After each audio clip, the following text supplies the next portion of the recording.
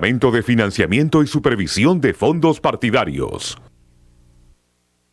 Muy bien, seguimos en TV Perú Mundo. El gobierno de Venezuela ha llamado al embajador de Colombia en Caracas por el viaje de Felipe González. Por otro lado, un ex grupo de exiliados venezolanos han realizado una huelga de hambre frente a Naciones Unidas en Nueva York. La salida del expresidente español Felipe González de Venezuela tensa las relaciones diplomáticas entre Caracas y Bogotá.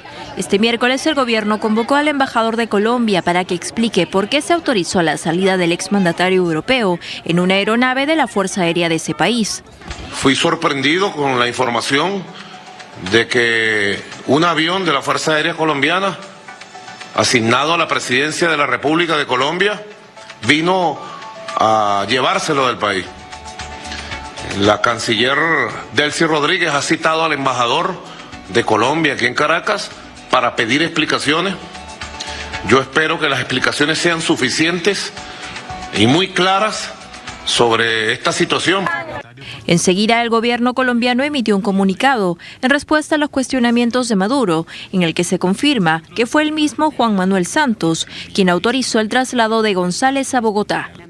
En un breve documento, la Casa de Nariño enfatiza que el expresidente González, considerado un amigo incondicional de Colombia, retornó al país para seguir de cerca el proceso de paz que lleva a cabo el gobierno con las FARC en La Habana, así como la cumbre CELAC-Unión Europea.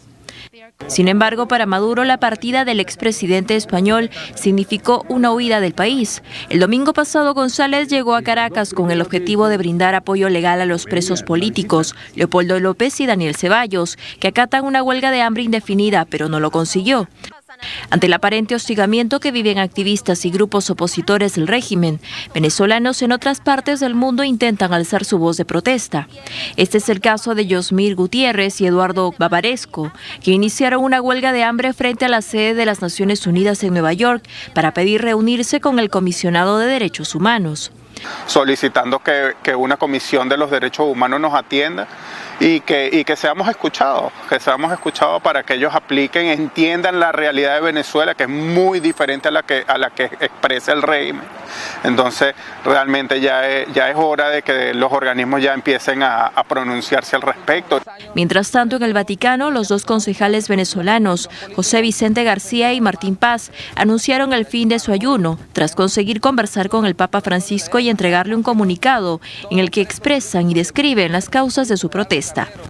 Esta huelga coincide con la de los líderes opositores Leopoldo López y Daniel Ceballos, que llevan más de 17 días sin ingerir alimentos, a fin de exigir para Venezuela la libertad de disidentes, el fin de la represión y una fecha para las elecciones generales con el auspicio de observadores internacionales. En esta imagen difusa se le ve con uniforme. Así es, precisamente López y Ceballos han dicho que ellos podrían levantar la huelga de hambre, que ya llevan 17 días de ayuno, si es que se libera, se les da libertad de forma plena y sin compromisos a 70 opositores. La mayoría de ellos son estudiantes que llevan meses o incluso ya más de un año, algunos de ellos. ¿Hay la posibilidad que el gobierno ceda? Que Maduro ceda en esta concesión y le dé libertad a los 70 y a cambio de que ellos levanten la huelga de hambre, que ya son 17 días, es demasiado, ¿no? Difícil, porque el gobierno hasta el momento nunca ha cedido en nada, ¿no? Entonces, yo veo complicado, ¿no? Lo veo bastante complicado. Así que, bueno, esto va a continuar, ¿no? Esta medida de fuerza va a continuar pero claro, todo tiene un límite porque ya se puede poner en riesgo la vida, ¿no? Gravemente la salud, ¿no? Y la vida efectivamente de los huelguistas. Entonces ahí en algún momento el gobierno va a tener que tomar una decisión y habrá que ver cuál será. Eventualmente los alimenta a la fuerza, en fin, porque es una posibilidad también, ¿no? Pero por ahora yo no creo de ningún modo que el gobierno vaya a ceder, ¿no? Y sobre el tema de Felipe González, molestó muchísimo, incluso se colocó en las cuentas sociales del gobierno de Venezuela imágenes de Felipe González subiendo al avión de la Fuerza Aérea Colombiana. El mismo Juan Manuel Santos ha dicho, bueno, se trata de un gran amigo, ¿no? Un amigo incondicional, o sea, estás hablando de que tiene un alto reconocimiento a Felipe González, poniendo que yo creo que zanjando el tema, ¿no? Y sin discusión. Claro, y en Colombia hay en la prensa se preguntan, bueno, pero si tanto el problema les ha causado, para empezar, ¿por qué autorizaron que el avión fuera a Caracas en primer lugar? O sea, no preguntaron para qué venía, porque en medio de todo es un avión de la Fuerza Aérea Colombiana. Así es. ¿No? No preguntar para qué está yendo a Venezuela, ¿no? Efectivamente, porque es que, en primer lugar, ¿por qué la autorizaron, ¿no? Y se quejan después. Entonces, claro, es una pregunta que queda en el aire, que en todo caso tendrían que responder las autoridades venezolanas, ¿no? Bueno, pero en todo caso el discurso, claro, es toda persona que de alguna forma busque contactar con la oposición, va a ser de todas maneras insultada y denunciada por el gobierno venezolano. Me imagino que el gobierno colombiano, como de alguna manera, está dando signos ya probablemente de cierto cansancio, ¿no? Porque siempre ha habido, como se ha dicho, una cierta condescendencia con respecto a Venezuela en general en los gobiernos. ¿No? Sí, pero también condescendencia con respecto a Venezuela en los gobiernos, no solo colombianos, sino de todos los países de la región. Como que ya hay un cierto cansancio porque ya la cosa está cada vez más grave, y también ya no tener las ganas de soportar un poco las intemperancias o malos humores de Maduro, ¿no? Porque es tampoco vivir al ritmo de lo que pueda, de los gritos o de los insultos de un jefe de Estado, es un poco... Ya, pues ya hay un momento que te dice, bueno, ya basta, ¿no? Claro, pero además este es un tema, la situación en Venezuela no solamente es los representantes de la oposición que han ido al Vaticano, también se está tratando en esta cumbre, en esta reunión de Bruselas, ¿no? También hay preocupación tanto de la Unión Europea, se espera un pronunciamiento de la CELAC, entonces se está esperando a ver algún pronunciamiento o posición frente a lo que está viviendo ese país. Bueno, hay un dato significativo, Maduro no ha ido a la cumbre, ¿no? Tampoco ha ido, dicho sea de paso, la visita que tenía programada con el Papa también la canceló. Sí, está enfermo, dijo. ¿No? Supuestamente está enfermo, aunque allí, por lo menos en lo que hemos visto ahí en esas imágenes, no parece particularmente enfermo. Dicho sea de paso, tampoco ha ido Raúl Castro, ¿no? A pesar de que se está estableciendo nuevos contactos, digamos, un acercamiento nuevo entre la Unión Europea y Cuba, ¿no? Pero claro, evidentemente Maduro debe sentir por su parte que no es la persona más apreciada en estos momentos por lo que está pasando en su país, ¿no? Muy bien, y nosotros dejamos ese tema y nos vamos con otros. El gobierno de Brasil ha lanzado un ambicioso plan de infraestructura para intentar reanimar su alicaída economía, atrayendo así la inversión extranjera. En una ceremonia en la que participaron varios ministros, la presidenta de Brasil, Dilma Rousseff, anunció que su gobierno pondrá en marcha un ambicioso plan de infraestructura para intentar reanimar su alicaída economía, atrayendo inversión extranjera. En estas inversiones, por medio de licitaciones públicas, podrán presentarse tanto empresas nacionales como extranjeras que operan en el país. Por un valor de 64.000 millones de dólares, el paquete de concesiones servirá para construir carreteras, ferrovías, puertos y aeropuertos. Dilma Rousseff, cuya popularidad se ha ido derrumbando de manera simultánea junto con la economía brasileña y el escándalo de corrupción de Petrobras, asegura que el plan de ajuste fiscal que encara su gobierno estará acompañado precisamente de esta agresiva política exportadora. Mientras el índice de desempleo crece y el pronóstico de la inflación anual tiende a superar el 8%, el gigante de Sudamérica ya va por su quinto año de lento o nulo crecimiento económico y tiene la mayoría de sus indicadores en rojo. Bien, y vamos a hablar pues de este nuevo plan de infraestructura en Brasil. Precisamente es la infraestructura muy relacionada con la corrupción, ¿no? Las empresas que han realizado grandes proyectos se les acusa de haber dado dinero, no sé si para la campaña, por ejemplo, al partido de los trabajadores, el partido de Dilma Rousseff.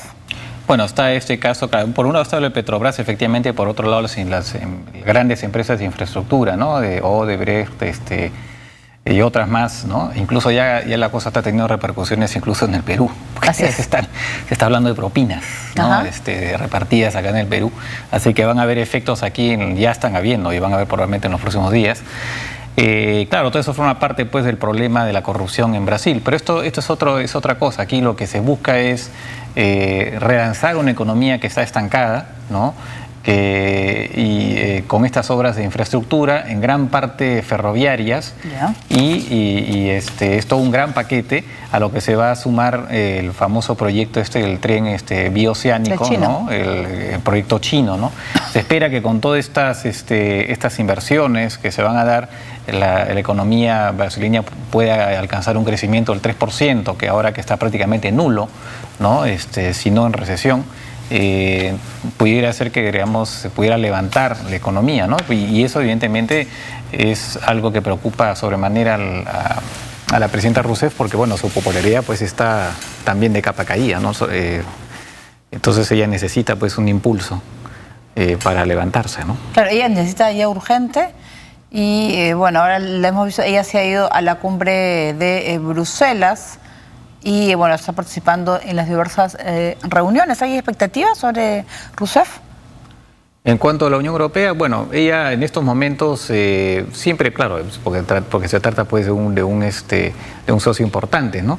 Pero como se ha visto, en estos momentos quien está llevando un poco la voz cantante en términos de nuevas inversiones de infraestructura son los chinos, ¿no? Que están ahí muy presentes porque tienen fondos que tal vez otros bloques de los que no disponen, ¿no? China puede disponer de enormes cantidades de fondos y por lo tanto puede lanzarse en este tipo de proyectos gigantescos en Brasil y en otros lugares, ¿no? Muy bien, nosotros les contamos que el entrenador de la selección mexicana será investigado por proselitismo político, ya que emitió unos tweets apoyando al Partido Verde el mismo día de las elecciones del domingo pasado. La Federación Mexicana de Fútbol abrió una investigación sobre varios tuits de carácter político que fueron difundidos por el técnico de la selección nacional, Miguel Herrera, conocido como El Piojo, y 2 jugadores durante la jornada electoral del domingo.